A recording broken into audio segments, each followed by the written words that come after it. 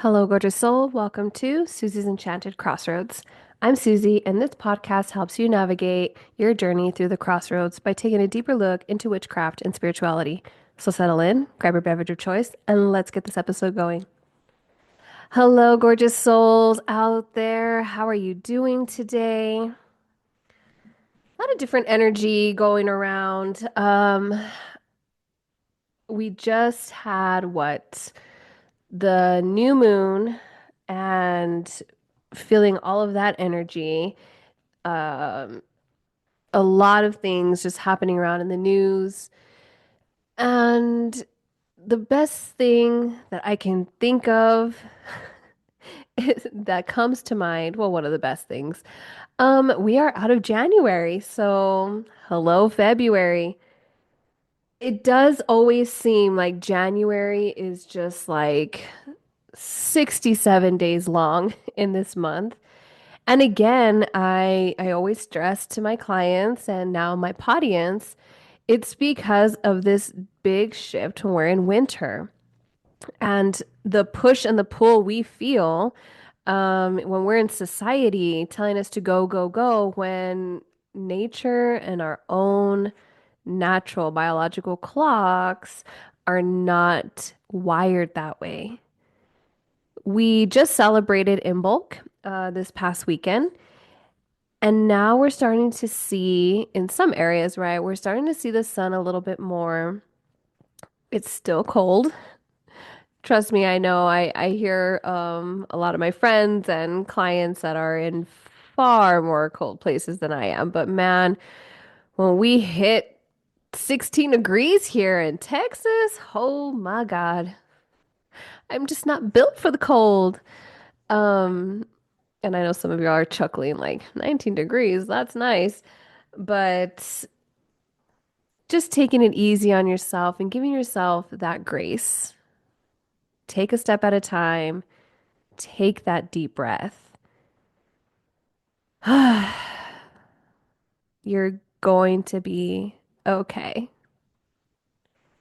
And as we step into February, um, a reminder that I do every first of the month, I do a restorative Reiki. And this restorative Reiki is via Zoom. So you're in the comfort of your own space. And it's part of a community, so you don't have to feel, oh, maybe stressed or overwhelmed on the thought of a one-on-one. And when I do these restorative Reiki sessions every first of the month, what I'm doing is we are releasing any heaviness, negative energy, stagnant energy that is within you, around you, anything that's giving you stress, things that it's like you got to shake off either from the previous month or earlier that week or even earlier that day. I have had people sign up day of where I was told, after our session the next day that, they were on the fence about signing up, they didn't really know what Reiki was, what it was going to entail, but something prompted them that day where it's like, you know what? No. Whatever it is, let's just try a guided meditation. Let's do it. Let's just figure it out. And since this is done within a group, it's at a very discounted group rate because I feel that everyone should have access to this, um, especially with everything happening and going on.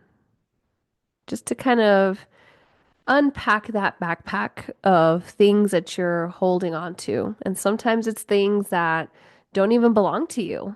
It's time to unpack the bag and release that unwanted weight. So, this Wednesday, we have Restorative Reiki. It is the first Wednesday of the month, and I have everything linked in the show notes. So just kind of go down below, and it'll be February 5th. Once you sign up, I will shoot you a respond email with the links and anything else you may want for the session just to make you nice and comfy, cozy. Another thing that I do want to bring up and I am super excited about is my friend and I, Elena, she's been on this podcast before. We are actually going to host Wine Down Wednesday. And we're doing a little play on words. I love play on words. It's just who I am. But basically, we're coming together on Tuesday, on Wednesday, the 12th. I don't know why I said Tuesday. On February the 12th, which is the same week as Valentine's Day. And that way, we're not really imposing on Galentine's Day or on Valentine's Day, but we really want to bring in this love for ourselves as we really take a look and really take that deep look, I should say, into a tarot spread that's going to be for your empowerment, for your self-love, for things that you're going to banish and things we're manifesting to bring in. And the cherry on the top of this whole thing, that day is the full moon in Leo. Come on. It's February. We got the full moon energy in a group space via Zoom in a supported, safe environment. It's like the planets are lining up or something. And if you didn't know, yeah, there's the parade of planets, which my dad and I were actually all discussing, looking out in the night sky because it was actually a clear night tonight. And it's just amazing. It's beautiful how you can just see the planets, but I digress. Wind Down Wednesday with Tarot is going to be with myself and Elena. It's a quick little class. We're going to go over some tarot cards, meanings, things that you can bring in with certain cards in your deck. And if you don't have a tarot deck, no worries. We are going to pull for our community collective that sign up and really start breaking down things that you want to release and manifest as we use that energy of the full moon, and do a little candle ritual. So grab your bestie, hit the link in the show notes, and come out and chill out with us. It's going to be a fun night. These are the kind of short little classes that I really do enjoy. All right, now that we're done with all the housekeeping, um, I, I get excited in putting things together for all of you out there and to meet all of you and to hear your stories. And it just fills my heart with so much happiness. Because as I check the stats today on my podcast, I'm 3 downloads shy of hitting 700 downloads. That just rocks my socks, you guys. You have no idea how excited that made me. I was like, wait, what? I'm at, I'm almost at 700 downloads on my little baby podcast who turns 1 years old in March. So if you were to share my podcast with somebody else, hit all of the reviews. There's even like a link there that you can click and you can actually send me a message directly from the show notes. It just all of this, I do it for the love of it. And I know I'm here in my room and I'm speaking out to the ether and into the universe, but to know that so many of you take time to listen, I just want you to know I love you. You mean the world to me. And I love hearing from you, whether it's in my DMs on Instagram or threads, whether you shoot me an email at susiesenchantedcrossroads@gmail.com. There's a quick little form if you scroll in the show notes. You can chit chat with me there with any ideas or questions or themes you would like to hear on the podcast. This is what I do it for. I do it for you. And I love going down these rabbit holes. I got a few questions about the symbols and the Oreos, and then um, we started talking about like the symbols on the money, and it was just amazing having these conversations with y'all. So I see you. Well, you hear me, but I see them stats, and I just wanted you to know that I love you. I acknowledge it, and you mean everything to me. All right, enough of the ooey gooey. It must be the love in the air here in February. But we're actually going to be talking about something a little bit darker. That's right. Grab your beverage. What are you drinking? I'm having my iced coffee. We are going to talk about the witching hour. That's right. With all that ooey gooey, come to Reiki, community love, and wind down Wednesday with me, and all of that. We're getting into it. What is this spooky, supernatural time of the witching hour? Did you like that little segue? Do you like how I just got super dark? Can you tell I'm really trying? Oh my gosh, the witching hour. Now this came across, um, gosh, was it across my feed or maybe I was having a conversation? Now I really can't remember. But we were discussing the witching hour.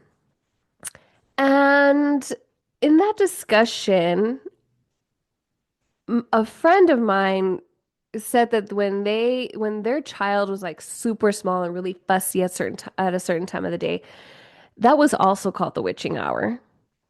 And I was like, no, the witching hour is believed to be like at 3 a.m.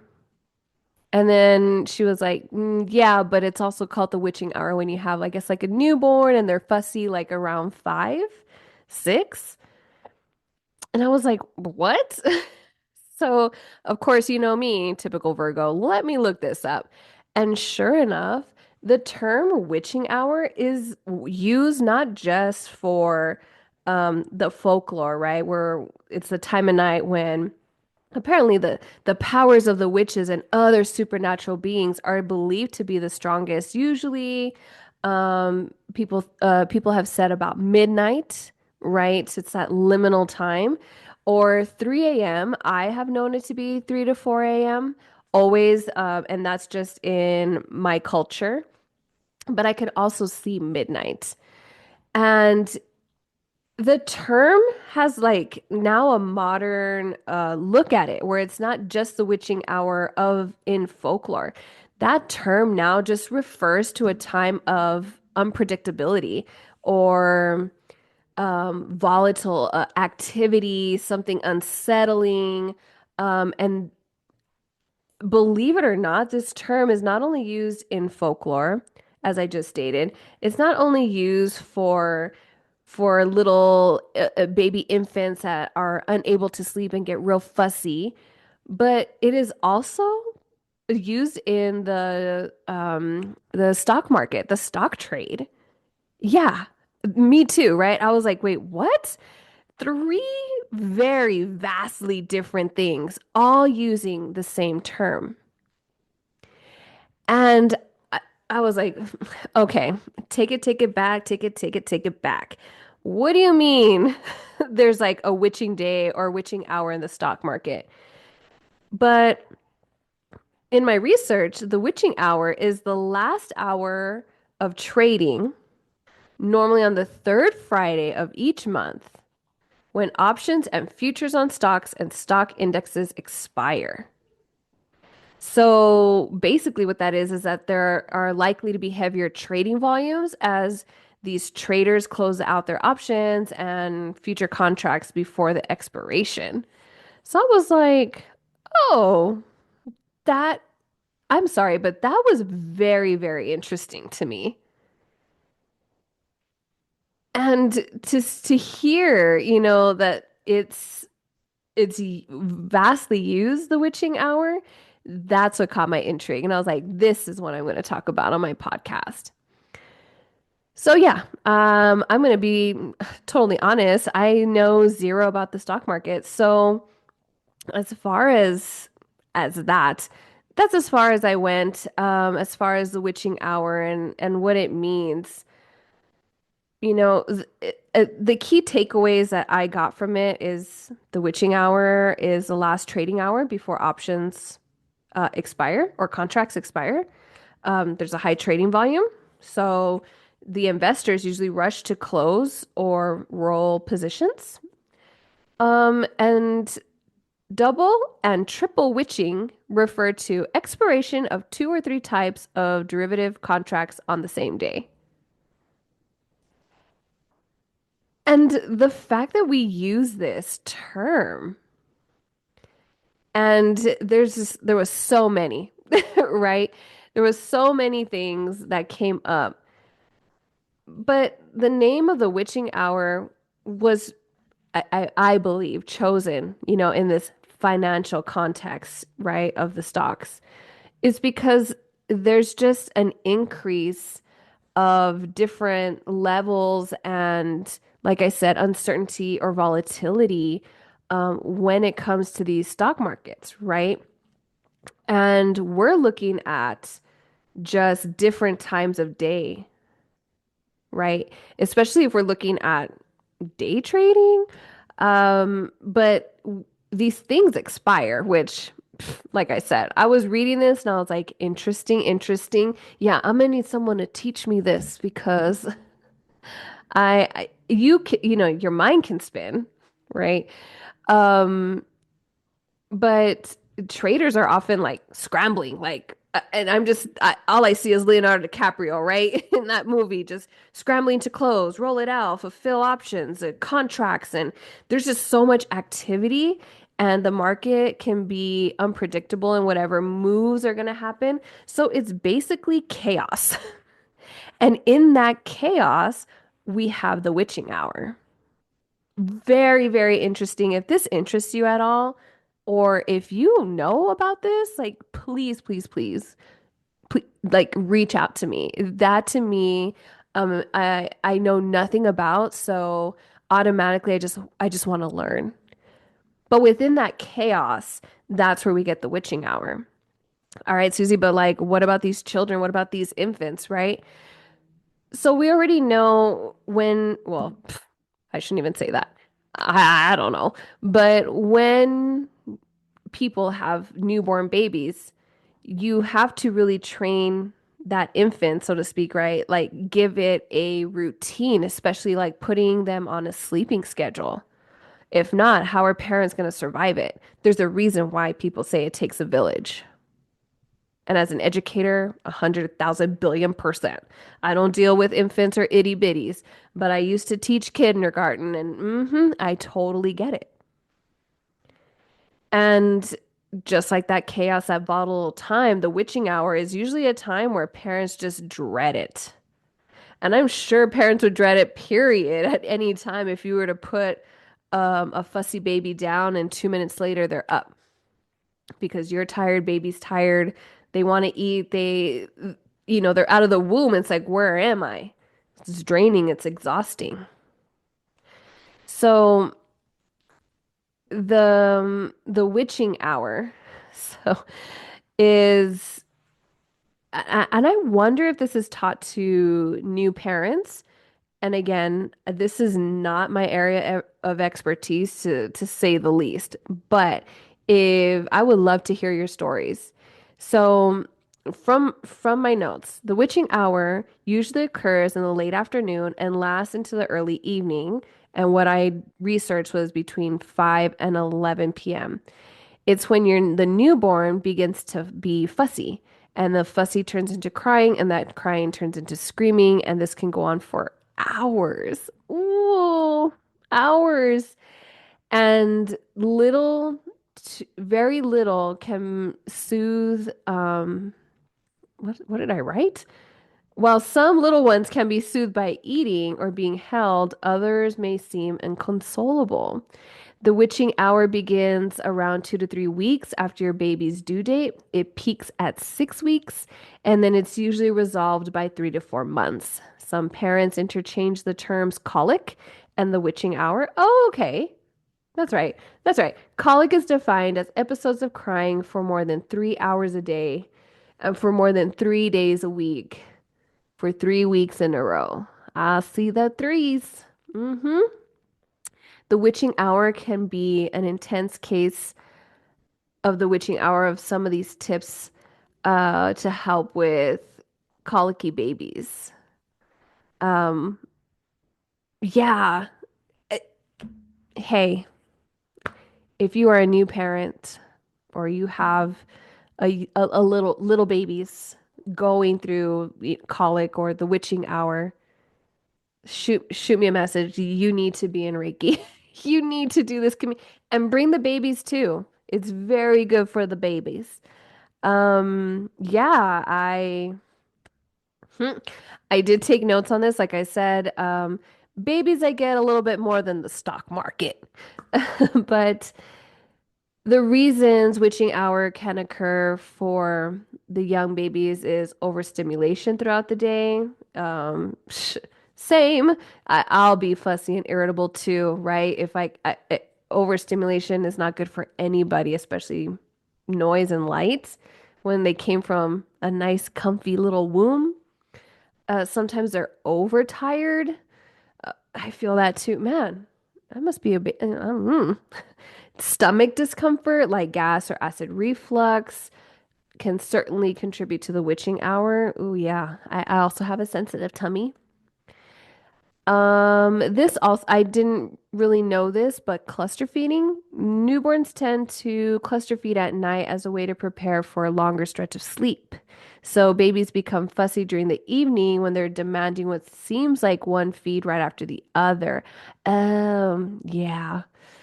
I get like that when I start work because I just want to keep eating and snacking all day. Yeah, I get that. And a busy evening routine, um, especially if you have other kiddos in the house, they get home, you got homework and dinner and chores and they're all of that also can cause this issue with the witching hour. So, the stock market and infants. I learned quite a bit with this witching hour. And when I did my notes here on the witching hour with infants, I'm like, yeah, sometimes I'm an overgrown baby. I personally love naps. I sometimes I need a nap. And I've been really good at 10 to 15-minute power naps. That could help your newborn. Eliminating background noise, especially when they're overstimulated. This is where Reiki has really, really helped me and aided me when there was just so much noise going around me. And it felt like it was inescapable. Reiki really helped ground me where I didn't feel such a heightened sense of anxiety and stress with a lot of noise going around. Um, of course, evaluating the diet, using white noise for sleep. I am a big component. I love using white noise. I cannot do music anymore. When I was a teenager, young in my 20s, hell yeah, I would just put music on. I would fall asleep with the headphones on. Now, because of my line of work, if you put music on, I'm choreographing that shit in my head. Yeah. So it's got to be nature sounds, but no birds. Cannot do birds. Anything else? Thunderstorm sounds. And I do want to get into the different types of noise. I know we think of white noise, but there's also pink noise and gold noise. And I was like mind blown by that. And going outside, getting some fresh air could help little bitty babies. And I know I'm talking a lot about little babies, but do you see that this could also help us adulting or trying to adult in this world? When people say go out and touch grass, it's not just something they'll go out, touch grass. Oh, okay. It's to go outside, get some air, try to get in touch with nature. I know when you're in a big city, it's really hard, but trying your best just to reconnect because we're human beings. Yes, live in the human experience, but really getting in touch with nature is very, very helpful.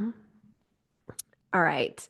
Now that we got those two, Let's go into the folklore, okay, a little bit. As I said, the witching hour in folklore is that time of night when the powers of witches, hence the witching hour, or other supernatural beings are believed to be their strongest. It is said that's when the veil is its thinnest. That is when, if you watch any horror movies, that's when they summon the spirits, right? Evil spirits, demonic spirits, whatever, because it is easier to be in contact with them. The veil itself is thin. It's a veil. But when they say the veil is its thinnest, it just means that it's easier for you to communicate to the spirit and to hear what or feel or sense or see or whatever when they respond back or feeling that energy.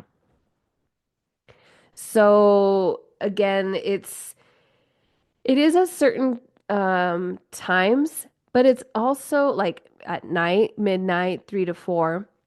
But it can also be around seasonal events like the solstices, equinoxes. And I know people like to put a spin on this, especially when we have that religious trauma, but it's not dangerous. But again, we fear what we don't know.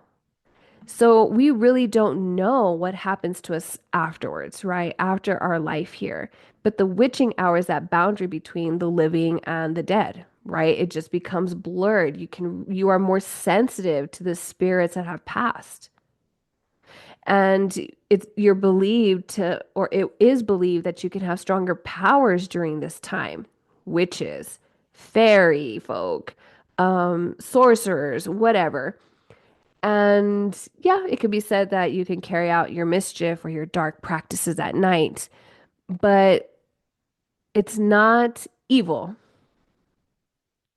There's just that liminal space where it's easier.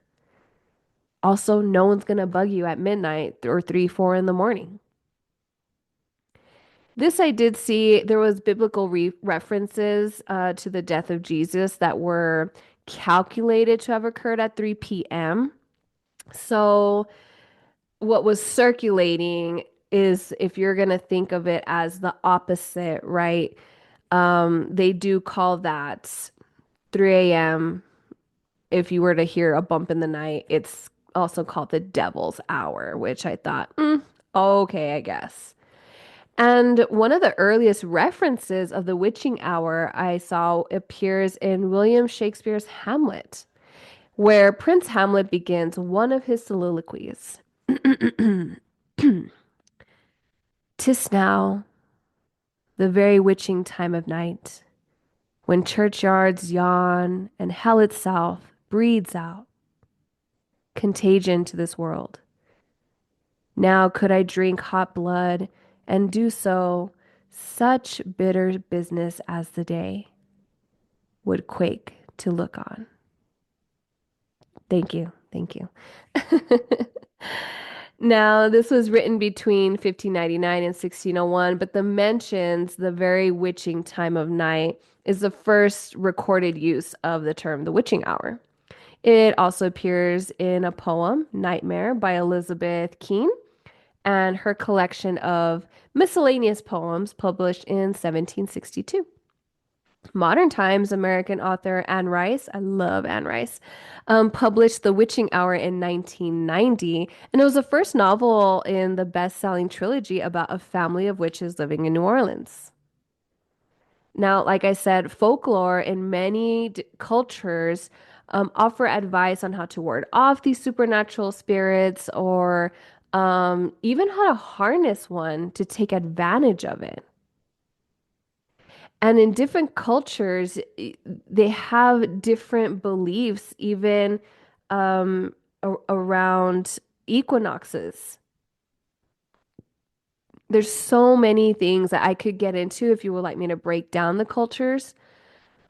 But as far as its uses today, like I said, it's really periods of unpredictable or troublesome, quote unquote, right? Troublesome behavior or issues that happen, like with the stock market, like with infants, especially babies, like why if they're fed and changed, like what's wrong? Oh, it's the witching hour. And I can get into the science also. I need to look at my notes, but for the most part, when we're looking at the occult and these different types of meanings, we're really looking into the supernatural and why it occurs. But whenever there's chaos, yeah, of course, we're gonna think of, mm, why is this happening? Why is this witching hour begin to pop up? And like, if you haven't heard my past two episodes, I did a part one and part two of when you have the oh my gosh, sleep paralysis. It's that same time of night. Scientifically in your body, right? You are in between that liminal space, um, where you are between that REM 4 and wakefulness. And it can be very scary. But as far as what happens to the body around 3, we'll just say 3 a.m., right? Your core temperature could start to rise. Secretion of melatonin has peaked. Even levels of cortisol, the stress hormone, can increase because your body is starting to start awaken for the day. Normally, if you have a normal sleep schedule, right? Your body may also have to get up and maybe you have to use the restroom. There's there are different reasons and everyone's going to be different. Especially if you're waking up in the middle of the night, you're thirsty, you have to use the restroom. But these are based on your sleep cycles, stress, underlying health conditions, your environmental factors, right? And not all of it is serious, but you should be monitoring your sleep cycle and nighttime wakings. Sometimes if you're waking up, maybe, oh, it could be stress. What's on your mind, right? Stress is the first thing to consider if you're waking up about this time. When you feel stressed, your body activates your sympathetic nervous system. And sometimes you'll jolt awake. Sometimes you experience increased heart rate or blood pressure. These are just the different changes in the body that make it difficult to fall back asleep, especially when they're elevated. Also, spoiler alert, when you get older, these this also changes. The older you get, your sleep cycle changes. I know. And then of course you want to look at things like your medication and so on and so forth. So, if you continue to wake up around the witching hour, always mundane over magic, but these are some of the reasons that you could be waking up about this time. I love my sleep, so man, am I cranky if some spirit thinks they're gonna come and wake me up at 3 a.m. No, ma'am. I got work. I gotta wake up in 2.5 hours. You must be playing. Like, right? Heck no. I've seen some TikTok videos back in the day where it was like, um, I have a message from spirit and it made me get up out of bed to pull these oracle cards for you, and it's currently 3:35 in the morning. No, it can wait. Leave a voice memo because, oh no, honey, it couldn't be me. And I wouldn't want that either. So, all right, that's all I got for you on the witching hour. I can go a little bit deeper, but I think that is a good place to either start the conversation. We can go in depth, just like I did with a couple of other episodes before this, especially when it comes to the paranormal. I love how we see these different things, right? Like the witching hour means different things, even though at the base of it, it's the chaos, right? And we're looking at sleep paralysis, and different cultures view that differently. Like there's a hag on your chest, or there's shadow figures. It's very intriguing when we start to think of and see the spirit realm. And yeah, we fear what we don't know, but just to be open-minded about it. And if you feel like your sleep cycle is off, I urge you, I implore you, sign up for restorative Reiki. Let's see what we can do about this. Now, it is a group setting, but we can really start kind of chipping away at what's happening, especially if you're feeling high levels of stress. So, like I said, where you're listening, if you click on this episode and you kind of scroll down, you're going to see a bunch of different links where you can schedule one-on-one reading or Reiki session with me. But hey, just try out the community. You don't gotta have your camera on. No one's gotta see you. You get comfy, cozy, and we do the energy work together. All right, gorgeous soul. Until next time, sweet dreams, and I'll see you at the crossroads.